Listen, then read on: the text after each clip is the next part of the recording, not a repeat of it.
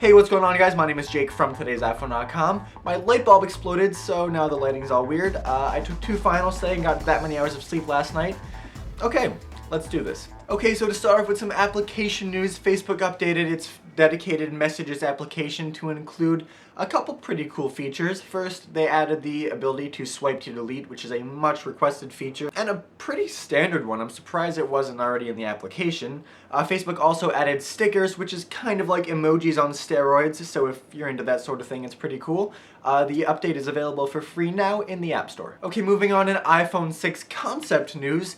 Arthur Rice released a concept for the next generation iPhone and it looks absolutely incredible.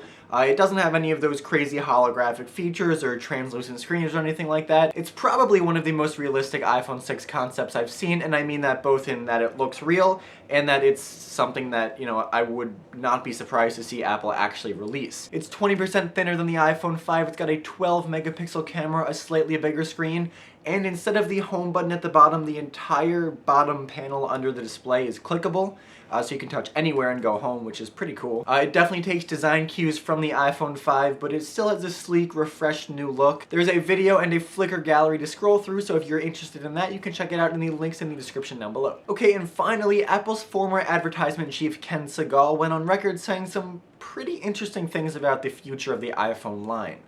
Basically, Segal thinks that Apple will release a whole host of iPhones, like an iPhone family, very similar to the way that Apple released many different versions of the iPod a couple years ago. He says given the history and the growing demand for variations on the classic iPhone theme, plus the positive reaction customers are showing to Samsung and HTC devices with bigger screens, Apple will release a whole host of iPhones in 2013 to accommodate everybody who wants an iPhone Nano and an iPhone Classic and an iPhone Plus. He does concede that there won't be a quote-unquote cheap iPhone, but that a budget iPhone with a lower resolution screen, plastic body, and slower processor is possible.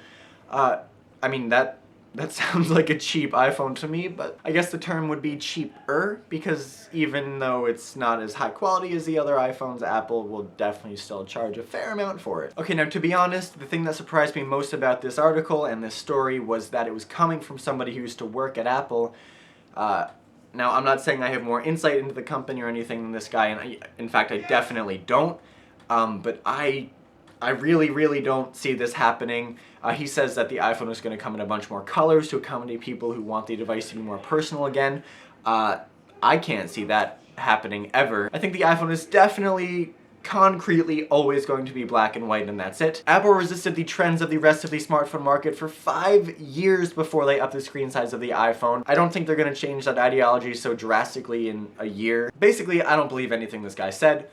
That being said, I also didn't think that Apple would ever release an iPad mini, and I was very wrong about that. So we'll see what happens, but if you're excited about this, definitely take it with a grain of salt. Okay, well that's all the biggest news for today, guys. Thank you very much for watching. Your question of the day today is, what member of the iPhone family would you most want to buy if Apple released a whole host of them?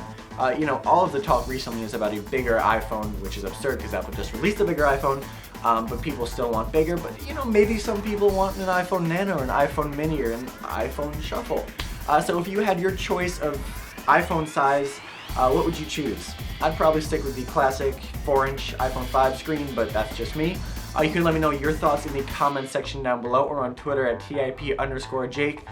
The links to everything I talked about are in the description down below. You can follow me on Twitter at TIP_Jake. I already said that. I'm very tired.